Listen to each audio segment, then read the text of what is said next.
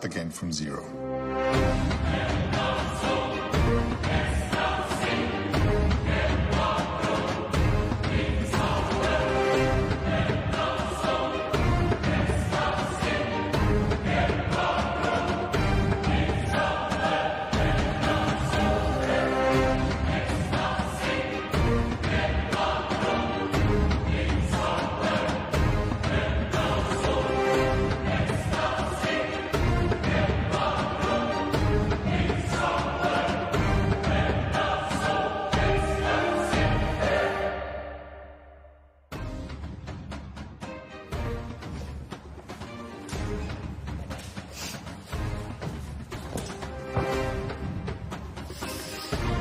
Wow. There she is in all her glory. Absolutely magnificent. So this must be a big moment for you both, but coming to you first, George, how does it feel to see the car in the flesh? It feels incredible. Obviously, both Lewis and I have driven so many laps in the simulator of this.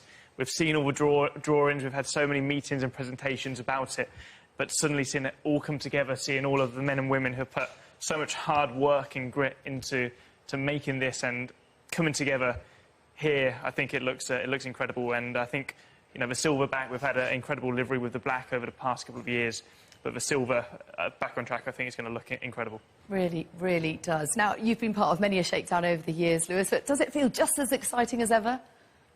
It does. I mean, it just takes you back to being a kid.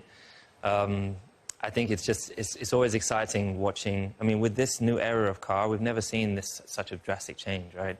So it's such a huge change in so many ways that it's just been really interesting seeing the designers and everyone coming together to find the best ways of creating a masterpiece. And we have no idea how it's going to handle. We have driven laps on the simulator, but making sure that we get the right correlation. That's why I think George is out first today. I think I'll be out after him. And, You've timed that quite well. Yeah. I mean, the weather is insane. Exactly. Brings a whole new meaning to the word shakedown, doesn't it? Absolutely. Well, Lewis, you just said it there. The regulation changes this time around are huge, and they've been put off by a year due to COVID. So fans are incredibly excited to see this car, but they also hope that it's going to bring closer racing and more overtaking. So from the driver's perspective, do you think that's what it's done? I will have no idea until we drive it, but... Yeah.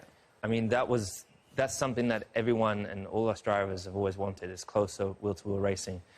You see more of that, obviously, in the lower ranks when you get down to go-karts, but as you get up and further into, obviously, the pinnacle of the sport, it's harder and harder to follow. So I really, really do hope that this delivers what they say it's going to deliver.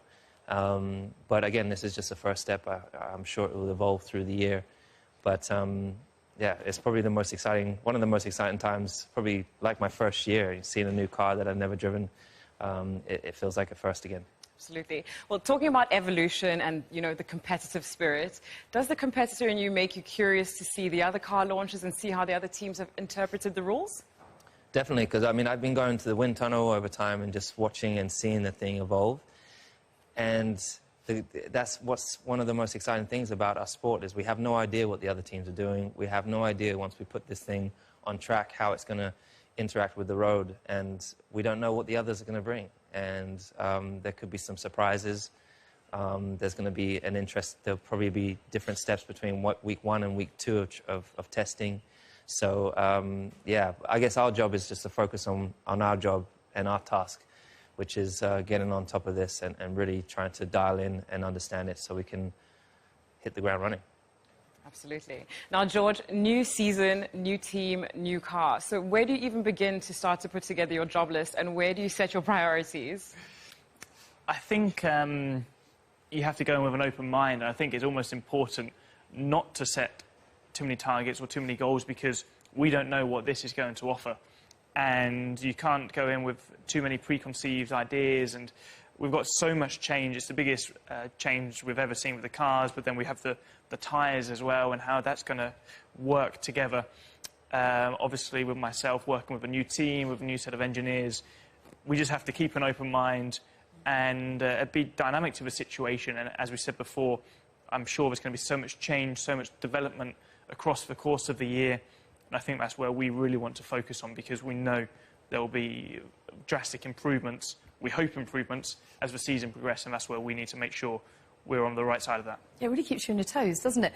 We touched on it already, Lewis, but we know just the sheer amount of hard work that's gone in, the busiest winter ever, I'm sure. Can we just have a word from you both on the team effort that's gone into producing this?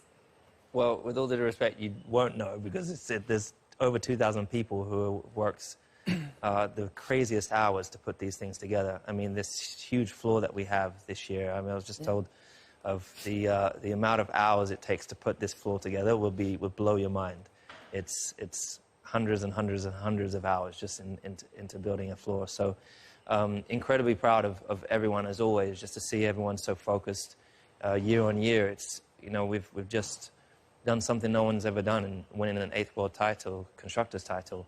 And to see them so hungry and driven and focused and taking all their experience and the emotion of the end of the year and putting it into this year's car is inspiring. It's empowering, and I'm looking forward to getting out.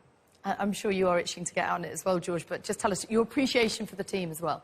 Oh, it's absolutely incredible. You really do see it, and even after I've had a long day in the simulator and you think you'll be one of the last ones there, you walk out and it's all dark, and you still see everybody sat in their offices because this is their car, this is their engine, and they believe in it, and they really want to do everything they can to see it succeed, and that is just so inspiring for me as a racing driver, and you know that puts the pressure on us to go out there and perform, because these guys are there working day and night to deliver a beast, and as I said, it's truly inspiring, and it's down to us to put it on the track today, see how it feels. I don't think Silverstone in this storm is going to be the most representative, but obviously we have Barcelona next week, and I mean, the race is just around the corner. Come on then, be honest. Are you like the new boy where you try and stay really late to earn the brownie points? I'm the last to leave.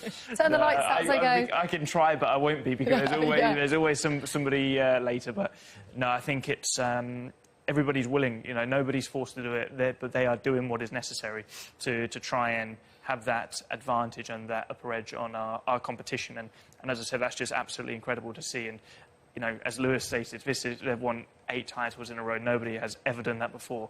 But the motivation to go out and do it again and achieve even more success is incredible, how they can maintain this level of workload and pressure and still deliver.